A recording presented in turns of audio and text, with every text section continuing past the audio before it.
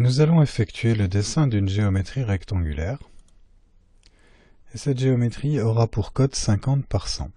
Nous allons saisir 50,100. Et nous avons ici notre géométrie de 50 unités sur 100 unités. Nous allons dessiner cette fois-ci un arc par deux points en sélectionnant le premier point, le second point et notre arc ici qui va suivre l'axe des Y avec une valeur de courbure de 30 unités. Nous allons maintenant pouvoir mettre en sélection cette arête et la supprimer, puis utiliser appuyer-tirer afin d'élever cette géométrie à 50 unités au-dessus. Nous allons maintenant pouvoir triple-cliquer sur la géométrie et créer un composant. Nommons-le P4. La prochaine géométrie est un rectangle que nous allons dessiner aux côtes de 150,110.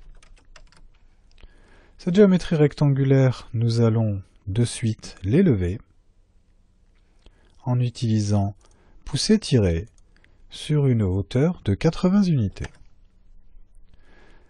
Nous allons maintenant faire un décalage de 20 unités. Pour cela, nous allons utiliser la commande décaler, venir sur une surface et décaler cela de 20 unités. Nous allons utiliser le crayon afin de terminer cette géométrie linéaire et la gomme afin de supprimer ceci. Nous allons utiliser pousser-tirer pour enlever de la matière, et pour l'enlever entièrement, nous avons le besoin de traverser. Et lorsque l'on traverse, nous avons une information ici qui nous dit sur l'arête, et en cliquant, il enlève de la matière. Comme nous avons 110 et qu'il nous faut un trou de 70, nous allons pouvoir utiliser l'outil mètre. En venant cliquer sur une arête, puis sur une seconde arête, créer ici une ligne de guidage. Ligne de guidage que nous allons décaler, simplement en cliquant dessus et en tirant dans une direction puis en saisissant la distance, à 70 unités. Cela nous permet d'avoir cette ligne de guidage afin d'utiliser l'outil pousser-tirer pour venir tirer cette portion jusqu'à la ligne de guidage.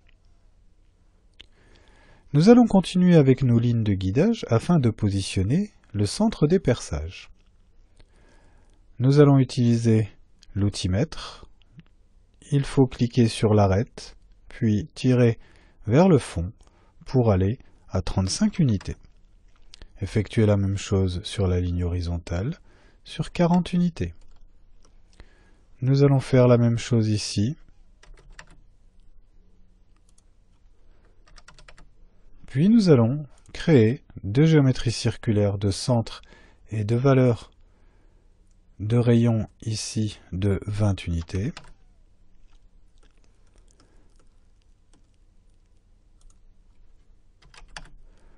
Sélectionnons et recréons cela avec 10 unités.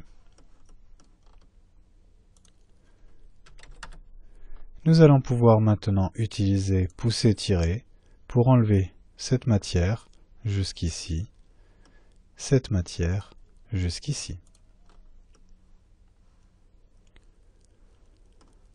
Nous allons supprimer les deux géométries circulaires de 20 unités de rayon. Puis, nous allons pouvoir maintenant supprimer toutes les lignes de guidage en une seule fois en allant sur Édition, supprimer les guides. Prenons l'outil sélectionné, triple-cliquons sur la géométrie, effectuons un clic droit, créons un composant que nous allons nommer P5. Cliquons sur Créer. La dernière géométrie que nous allons créer ici est une géométrie rectangulaire de 100 unités sur 180. Effectuons la création d'un rectangle de 180,100. Puis nous allons élever cette géométrie en utilisant poussée tirée sur une hauteur de 70. Nous avons le besoin de dessiner une géométrie linéaire à l'axe entre le point de milieu ici et ce point de milieu là. Nous allons mettre en sélection à l'aide de l'outil sélectionner cette géométrie linéaire, puis nous allons utiliser l'outil déplacer afin de la déplacer verticalement, contrainte par rapport à l'axe bleu, appuyons sur Shift afin de pouvoir librement se déplacer maintenu, 50. Nous avons maintenant dessiné la dernière géométrie. Effectuons un triple clic, clic droit, créer un composant, nommons-le P6. Nous avons terminé le dessin de ces trois géométries.